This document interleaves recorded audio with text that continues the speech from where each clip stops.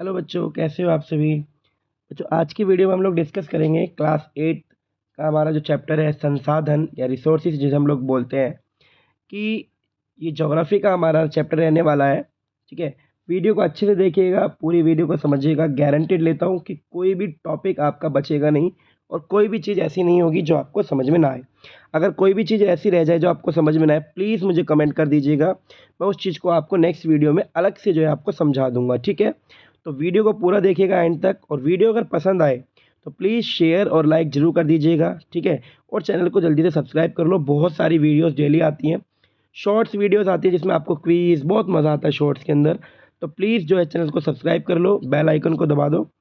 चलिए स्टार्ट करते हैं चैप्टर को। What is chapter name? Chapter name is संसाधन। क्या है बच्चे हमारे चैप्टर का नेम? संसाधन। संसाधन का क्या मतलब होता है कि वो चीज़ जो हमें क्या करे, हेल्प करे। किसी भी चीज़ में हमें हेल्प करे, वो हमारे लिए क्या है? संसाधन है, रिसोर्सेज है। जैसे वाटर हमारी प्यास बुझाता है, फूड हमारी भूख मिटाता है। ठीक है, और बहुत सारे जो है मटेरियल हैं जो हमारे लिए क्या है? रिसोर्सेज हैं। तो बेटा रिसोर्सेज भी टू टाइप्स के होते हैं। एक होता है रिसोर्सेज नेचुरल रिसोर्सेज, यानी कि जो प्रकृति से हमें मिले हैं, और एक होता है मैन मेड रिसोर्सेज, यानी कि जो ह्यूमन ने अपनी एक्टिविटी के थ्रू बनाया है। वो सारी चीज़ें हम लोग इस चैप्टर के अंदर पढ़ेंगे और समझने की कोशिश करेंगे एक छोटी सी कहानी के थ्रू। चलिए चलते हैं चैप्टर में। क्या लिखा है बच्चे? लिखा है मोनू मोना और राजू अपना घर साफ करने में अम्मा की मदद कर रहे थे। इन सभी चीज़ों को देखो, कपड़े, बर्तन, अनाज, कंघा, शहद की बोतल, किताबें, इनमें से प्रत्येक उपयोगी है, डेफिनेटली यूज़फुल है। मोना ने कहा। मोना को यहाँ पे क्यूरियोसिटी आई कि इसलिए ये महत्वपूर्ण है। अम्मा ने कहा ये संसाधन है। संसाधन? संसाधन क्या है बच्चे? तो उन्होंने पूछा। अम्मा से राजू ने प्रश्न पूछा। अम्मा ने बताया प्रत्येक वस्तु, ध्यान से समझिएगा, प्रत्येक वस्तु, एवरीथिंग, जिसका उपयोग आवश्यकताओं को पूरा करने के लिए किया जाता है, वह संसाधन है। अभी मैंने क्या बताया? जो जिस चीज़ की हमें नीड होती है, जिससे हम लोग अपना वर्क कंप्लीट करते हैं, वही हमारे लिए क्या है? हमारा संसाधन है। तो जो वस्तु हमारे लिए उपयोगी है, जिनसे हम अपना वर्क कंप्लीट करते हैं, वही हमारे लिए क्या है? संसाधन है। चलिए वेरी गुड, आपको मेरे हिसाब से समझ में आ गया होगा। चलिए नेक्स्ट देखते हैं क्या लिखा है। अपने चारों ओर देखिए और निरीक्षण कीजिए, आप संसाधनों के विविध प्रकार को पहचानने में सक्षम होंगे। एनालाइज करिए सारी चीज़ों को। आप प्यास लगने पर जो जल पीते हैं, आप अपने घर में जिस विद्युत का उपयोग कर रहे हैं, विद्युत मतलब बेटा इलेक्ट्रिसिटी, यानी कि बिजली को कहना चाह रहा है। स्कूल से घर पहुंचने के लिए उपयोग किया गया रिक्शा, बस, साइकिल, वट जो भी आप यूज़ करते हैं। पाठ्य पुस्तक, जिसका उपयोग आप अध्ययन के लिए करते हैं। ये सभी क्या है बच्चे? ये सभी संसाधन हैं, ये सभी रिसोर्सेज हैं। आपके पिता ने आपके लिए नाश्ता तैयार किया। उन्होंने जिन ताज़ा सब्जियों का उपयोग किया, बच्चे वो भी क्या हैं? संसाधन हैं। वो भी क्या हैं? सब संसाधन हैं, डेफिनेटली। तो जल, विद्युत, रिक्शा, सब्जी आदि सभी क्या है? पाठ्य पुस्तक, सभी आपके लिए क्या है? संसाधन है। में कुछ एक जैसा क्या है, आपको ढूंढना है इन सब में क्या इक्वालिटी है। तो उनमें से सभी वस्तुओं का उपयोग आपके द्वारा किया गया है, इसलिए क्या है बेटा? वो उपयोगी है, यानी कि यूजफुल है। बिकॉज आप क्या कर रहे हैं? उनका यूज कर रहे हैं। एक वस्तु अथवा पदार्थ की उपयोगिता अथवा प्रायोजिता उसे एक संसाधन बनाती, उसकी जो एक तरीके से कहेंगे नीड जो है, उसकी जो नीड है उसे क्या बनाती है? संसाधन बनाती है। कि लोगों को उसकी जो नीड है, यानी पानी है, हमें उसकी प्यास लगती है, तो हमें क्या है? उसकी बहुत ज़्यादा नीड है, तो उसकी जो यूजेबल कंडीशन है वही उसको क्या बनाती है? उपयोगिता बनाती है या फिर संसाधन बनाती है। ठीक है, ये आपको यहाँ तक क्लियर हो गया होगा। चलिए नेक्स्ट देखते हैं बच्चे, नेक्स्ट क्या लिखा है। अब देखो राजू के मन में एक और क्यूरियोसिटी आई। राजू कहता है, राजू अब जानना चाहता था कि कोई भी वस्तु संसाधन कैसे बनती है। बताइए भाई, कोई भी चीज़ है तो उसको हम संसाधन कैसे बनाएंगे? तो अम्मा ने बच्चों को बताया, वस्तुएं उस समय संसाधन बनती हैं जब उनका कोई मूल्य होता है, जब उनकी कोई वैल्यू होती है। इसका प्रयोग अथवा उपयोगिता इसे मूल्य प्रदान करते हैं। सभी संसाधन मूल्यवान होते हैं, अम्मा ने कहा। मूल्यवान मतलब बेटा जिसकी कोई वैल्यू हो, मतलब मूल्य हो, जिसकी कोई कीमत हो, वो सब चीज़ क्या होती है, मूल्यवान होती हैं, उन्हें संसाधन हम लोग कहते हैं। मूल्य का अर्थ महत्व होता है। कुछ संसाधनों का आर्थिक मूल्य होता है, जबकि कुछ संसाधनों का आर्थिक मूल्य नहीं होता है। उदाहरणार्थ धातुओं का आर्थिक मूल्य होता है, जैसे गोल्ड हो गया बेटा, सिल्वर हो गया, है ना, और आयरन हो गया। लेकिन एक मनोरम भूदृश्य का आर्थिक मूल्य नहीं होता। मान लीजिए आप माउंटेन्स पे घूमने गए और आप वहाँ पे सीन देख रहे हो, दृश्य देख रहे हो, माउंटेन्स को देख रहे हो, रिवर्स को देख रहे हो, क्या उसके आप किसी कोई पैसे थोड़ी लेगा, तो वो क्या हो जाएगा, मूल्य। लेकिन कहीं ना कहीं वो भी क्या है, रिसोर्सिस है। परंतु ये दोनों संसाधन क्या है बच्चे, महत्वपूर्ण हैं और मनुष्य की आवश्यकताओं को पूरा करते हैं। कुछ संसाधन समय के आर्थिक रूप से मूल्यवान हो सकते हैं। आपकी दादी के घरेलू नुस्खों का आज कोई वाणिज्य मूल्य नहीं है। ऐसा कह सकते हैं कि भाई जो पहले के टाइम पे मेडिसिन का यूज़ नहीं किया जाता था, घरेलू नुस्खों का यूज़ किया जाता था। लेकिन आज के टाइम पे क्या है बच्चे, उनका यूज़ जो है यूज़फुल क्या हो गया है, कम हो चुका है। लेकिन यदि वे पेटेंट करने के उपरांत मेडिकल फर्म द्वारा बेचे जाते हैं, तब वे आर्थिक रूप से मूल्यवान हो सकते हैं। मतलब अगर वही चीज़, वही एक्टिविटी क्या एक साइंटिफिक रूप में आपके चीज में शो की जाए। देखिए यहाँ पे एक वर्ड आया बच्चे, पेटेंट। पेटेंट क्या होता है, पेटेंट होता है बच्चे कि एक कंपनी या एक किसी व्यक्ति ने किसी चीज़ का आविष्कार किया, किसी चीज़ को बनाया, तो वो क्या ले लेता है, उसका पेटेंट ले लेता है कि अब इसको जो है मेरे अलावा कोई सेल नहीं करेगा, या इसके सेम जो मैंने अब इस कंपनी का नाम रखा है उसका कोई और नाम नहीं रखेगा। इसका मतलब होता है पेटेंट, कि कोई भी इस प्रोडक्ट को मेरे अलावा सेल नहीं करेगा। तो इस पे किसका अधिकार रहेगा, केवल मेरा अधिकार रहेगा। ठीक है, आगे चलते हैं बच्चों, ध्यान से समझेंगे इसको। क्या लिखा है, समय और प्रौद्योगिकी यानी कि टाइम और टेक्नोलॉजी दो महत्वपूर्ण कारक हैं, दो अलग अलग फैक्टर हैं जो पदार्थों को साधन में परिवर्तित कर सकते हैं। मतलब जो मटेरियल्स को किस में बना देते हैं, संसाधन में चेंज कर देते हैं। दोनों लोगों की आवश्यकताओं से संबंधित हैं। ये दोनों ही चीज़ें हम लोगों के लिए, पीपल्स के लिए नीडेबल हैं। लोग लोग स्वयं ही सबसे महत्वपूर्ण साधन है। क्या कहना चाह रहे हैं, समझ रहे हैं कि ह्यूमन ही क्या है ना, अपने आप से सबसे इम्पोर्टेंट साधन है। ठीक है, ह्यूमन ही अपने आप में सबसे इम्पोर्टेंट फैक्टर है। ये लोगों के विचार, ज्ञान, आविष्कार और खोज ही तो हैं जो और अधिक संसाधनों की रचना करते हैं। प्रत्येक खोज अथवा आविष्कार से बहुत से अन्य खोज एवं आविष्कार होते हैं। आग की खोज से खाना पकाने की पद्धति एवं अन्य प्रकार की प्रक्रियाओं का प्रचलन हुआ, जबकि पहिए के आविष्कार से अनंत परिवहन की खोज हुई। अब आप खुद सोच के देखिए, इमेजिन करके देखिए, अगर आज के टाइम पे व्हील ना होता, पहिया ना होता, तो आप सोच के देखिए क्या अर्थ ये चल पा रही होती, हम लोग चल पा रहे होते, हम लोग क्या हो सकते, बिल्कुल रुक से जाते समय के अनुसार। सो नवीनतम प्रौद्योगिकियों का विकास हुआ। जल विद्युत बनाने में की प्रौद्योगिकी ने तेजी से बहते जल से ऊर्जा उत्पन्न करके उसमें से एक महत्वपूर्ण संसाधन बना लिया।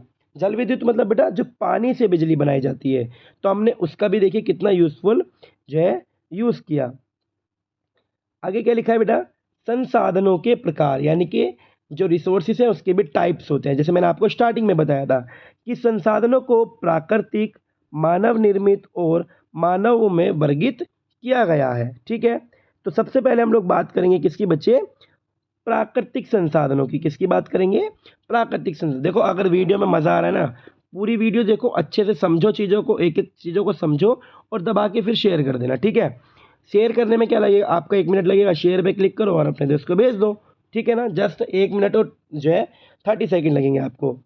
जो संसाधन प्रकृति से प्राप्त होते हैं, जैसे वाटर, रेन, ये सारी चीज़ें, जो भी एक्टिविटीज़ है, आयरन, गोल्ड, ये सारी चीज़ें, और अधिक संसाधनों के बिना उपयोग में लाए जाते हैं, प्राकृतिक संसाधन कहलाते हैं।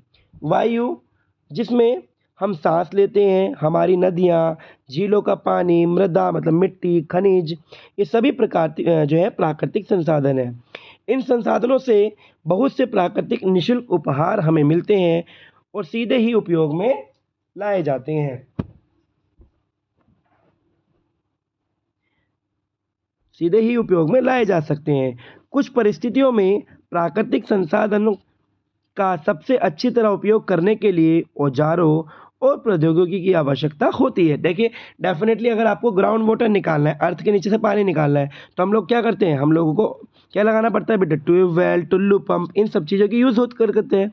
तो प्राकृतिक संसाधनों को विस्तृत रूप से नवीकरणीय और अनवीकरणीय संसाधनों में विभाजित किया जा सकता है। प्राकृतिक संसाधनों को भी 2 टाइप्स में डिवाइड किया। सो हमारा फर्स्ट टाइप है नवीकरणीय संसाधन। वे संसाधन जो शीघ्रता से नवीकृत अथवा पुनः पूरित हो जाते हैं। इनमें से इसे कुछ असीमित हैं और उन पर मानवीय क्रियाओं का प्रभाव नहीं होता, जैसे सौर एनर्जी। सूरज की एक्टिविटी है बेटा, सन आ रहा है, क्या हम उसे ख़त्म कर सकते हैं? कभी नहीं। पवन ऊर्जा, विंड को हम कभी नहीं ख़त्म कर सकते। लेकिन फिर भी कुछ नवीकरणीय संसाधनों जैसे जल, मृदा, वन का लापरवाही से किया गया उपयोग उनके भंडार पे प्रभावित करता है। देखो जैसे वायु अगर वैसे तो ख़त्म नहीं होगी, लेकिन अगर आप लोग सारे ट्रीज़ ही ख़त्म कर दोगे और वाटर को सारा क्या कर दोगे, पॉल्यूटेड कर दोगे, तो ये सारी चीज़ें क्या हो सकती हैं, प्रभावित हो सकती है, ख़त्म भी हो सकती हैं। जल असीमित नवीकरणीय संसाधन प्रतीत होता है, फिर भी जल की कमी और प्राकृतिक जल स्रोतों का सूखना आज विश्व के बहुत से भागों में एक बहुत बड़ी समस्या बन गया है। जैसे अब एग्जांपल समझिए, हमारे यहाँ राजस्थान का जो लैंड है, वहाँ पे क्या है, वाटर स्कैरसिटी है, वहाँ पे वाटर क्या है, बहुत ज़्यादा कम मात्रा में है। तो इस तरीके से क्या होता है, वाटर अपना प्लेस रिप्लेस कर लेता है। अनवीकरणीय संसाधन बेटा, वो संसाधन जिनका भंडार सीमित है, भंडार के एक बार समाप्त होने के बाद नवीकृत पुनः पूरित रूप में हजारों वर्ष लग जाते हैं। जैसे अगर बात करें कोयला, ठीक है, गोल्ड, ये सब चीज़ें क्या है, लिमिटेड है, ये ख़त्म हो जाएंगी। यह अवधि मानव की अवधि से बहुत अधिक होती है, क्योंकि इसको दोबारा बनने में क्या लगते हैं बेटा, हजारों साल। और आपको पता है एक ह्यूमन की लाइफ कितनी होती है, 20 कह रहा हूँ, 100, 80, 50, 60, ये ह्यूमन लाइफ होती है, और हजारों वर्ष लग जाएंगे इसको बनने में। तो कुछ भी पॉसिबल नहीं है, मतलब इसको दोबारा से प्राप्त करना। आगे लिखा है, इस प्रकार के संसाधन अनवीकरणीय कहलाते हैं। कोयला, पेट्रोलियम तथा प्राकृतिक गैसें इसके कुछ उदाहरण हैं। प्राकृतिक संसाधनों का वितरण भूभाग, जलवायु, ऊंचाई जैसे अनेक भौतिक कारकों पर निर्भर करता है। पृथ्वी पर इन कारकों में विभिन्नता होने के कारण जो है क्या होता है बेटा, बहुत असमानता पाई जाती है। ठीक है, नेक्स्ट चलते हैं बेटा, क्या लिखा है, ज़्यादा बड़ा चैप्टर नहीं है, पूरा वीडियो को देखिएगा, अच्छे से शेयर करके जाइएगा। ठीक है, मानव निर्मित संसाधन, क्या लिखा है, मानव निर्मित संसाधन, यानी कि जिसको ह्यूमन ने डेवलप्ड किया है। तो कभी कभी प्राकृतिक पदार्थ संसाधन बन जाते हैं जब उनका मूल रूप बदल दिया जाता है। लोह अयस्क उस समय तक संसाधन नहीं होता जब तक लोगों ने उसका लोहा बनाना नहीं सीखा था। भाई जब तक लोगों को पता ही नहीं इसका यूज़ क्या होगा, तो तब तक वो संसाधन नहीं था। लेकिन जब लोगों को पता चल गया कि इसका हम लोग यूज़ कर सकते हैं, तो वो हमारे लिए क्या बन गया, संसाधन बन गया। लोग प्राकृतिक संसाधनों का उपयोग पुल, सड़क, मशीन, वाहन बनाने में करते हैं, जो कि क्या है बेटा, मानव निर्मित संसाधन के नाम से जाने जाते हैं। प्रौद्योगिकी भी एक मानव निर्मित संसाधन है, इसलिए हम जैसे लोग प्राकृतिक संसाधनों का उपयोग करके मानव निर्मित संसाधन बनाते हैं। मोना ने समझते हुए कहा, हाँ। राजू ने स्वीकृत में सिर हिलाया। उसने हाँ कहा और उसने जो है सिर हिलाया। अब देखते हैं मानव संसाधन। लोग और अधिक संसाधन बनाने के लिए प्रकृति का सबसे अच्छा उपयोग तभी कर सकते हैं जब उनके पास ऐसा करने का ज्ञान हो, नॉलेज हो, कौशल हो, स्किल्स हो। ठीक है, तभी हम लोग क्या कर सकते हैं, उनका अच्छे से यूज़ कर सकते हैं। ठीक है, प्रौद्योगिकी यानी कि टेक्नोलॉजी उपलब्ध हो, इसलिए मनुष्य एक विशिष्ट प्रकार का संसाधन है, अतः लोग मानव संसाधन हैं। शिक्षा और स्वास्थ्य लोगों को बहुमूल्य संसाधन बनाने में मदद करती है। देखिए यहाँ पे भी लिखा है बेटा, एजुकेशन सबसे क्या है, इम्पोर्टेंट है। एजुकेशन ही हमें क्या बनाती है, ज्ञानवान बनाती है। अधिक संसाधनों के निर्माण में समर्थ होने के लिए लोगों के कौशल में सुधार होना मानव संसाधन विकास कहलाता है। यानी कि लोगों का टेक्नोलॉजी की तरफ बढ़ना, टेक्नोलॉजी को सीखना क्या कहलाता है, मानव संसाधन विकास। अब देखिए क्या लिखा है, संसाधन संरक्षण, कि हम इनको सेव किस तरीके से करें, कैसे इनको हम लोग बचाएं। मोना ने एक बुरा सपना देखा। उसने देखा कि पृथ्वी पर सारा जल सूख गया है और सारे पेड़ कट गए हैं। वहाँ पर न कुछ छाया थी और न कुछ खाने पीने के लिए बचा था। लोग परेशान हो रहे थे और चारों तरफ भोजन और छाया की तलाश में निराश घूम रहे थे। ठीक है, उसने अपनी माँ को अपने सपने के बारे में बताया। उसने पूछा, अम्मा क्या ये सच में हो सकता है? तो हाँ, अम्मा ने उत्तर दिया, यदि हम नवीकरणीय संसाधनों के प्रति सतर्क नहीं होंगे, अगर हम लोग पानी का यूज़ सही नहीं करेंगे, ठीक है, लैंड का यूज़ सही नहीं करेंगे, ट्रीज़ का, पेड़ों का यूज़ सही नहीं करेंगे, तो ये ख़त्म हो सकते हैं, वे बहुत ही दुर्लभ हो सकते हैं और अनवीकरणीय संसाधन निश्चय ही समाप्त हो सकते हैं। राजू ने पूछा, हम इसके लिए क्या कर सकते हैं? बहुत कुछ, अम्मा ने उत्तर दिया, कि हम इनको कंजर्व कर सकते हैं, सेव कर सकते हैं। आप अपने दोस्तों से बात क्यों नहीं करते? संसाधनों का सतर्कतापूर्वक यानी कि सेफली उपयोग करना और उन्हें नवीकरण के लिए समय देना संसाधन कहलाता है। संसाधनों का उपयोग करने के लिए आवश्यकता और भविष्य के लिए उनके संरक्षण के लिए संतुलन बनाए रखना संतोष पोषणीय विकास कहलाता है, मतलब उनको सेव करना। ठीक है। संसाधनों के संरक्षण में के लिए अनेक तरीके हैं। प्रत्येक व्यक्ति उपभोग को कम करके वस्तुओं के पुनः चक्रण और पुनः उपयोग योगदान दे सकता है। मतलब जो हम लोग इतना ज़्यादा यूज़ कर रहे हैं, लकड़ियाँ, पेड़ काट रहे हैं, हम अपने यूज़ को कम करके और उनकी ग्रोथ बढ़ा के उनको जो है बना सकते हैं। अंततः यह एक विभिन्नता बनाता है क्योंकि सभी जीवन एक दूसरे से जुड़े हैं। उस शाम बच्चों और उनके मित्रों ने पुराने समाचार पत्रों, व्यर्थ वस्त्रों और बांस की डंडियों से लिफाफे और खरीदारी के लिए थैले बनाए। मोना ने कहा, हम इन वस्तुओं में से कुछ वस्तुएं उन परिवारों को देंगे जिन्हें हम जानते हैं। मुस्तफ़ा ने कहा, अपने संसाधनों को बचाना और अपनी पृथ्वी को सजीव रखना यह एक अच्छा कार्य होगा। जैसी ने कहा, मैं बहुत ही सतर्क रहूँगी कि कागज़ व्यर्थ ना हो, बिकॉज कागज़ किससे बनता है बच्चों? घास से, पेपर से, पेड़ों से, ट्री से बनता है। उसने स्पष्ट किया, कागज़ बनाने के लिए बहुत से पेड़ों को काट दिया जाता है और हम लोग क्या करते हैं? उनको वेस्ट कर देते हैं।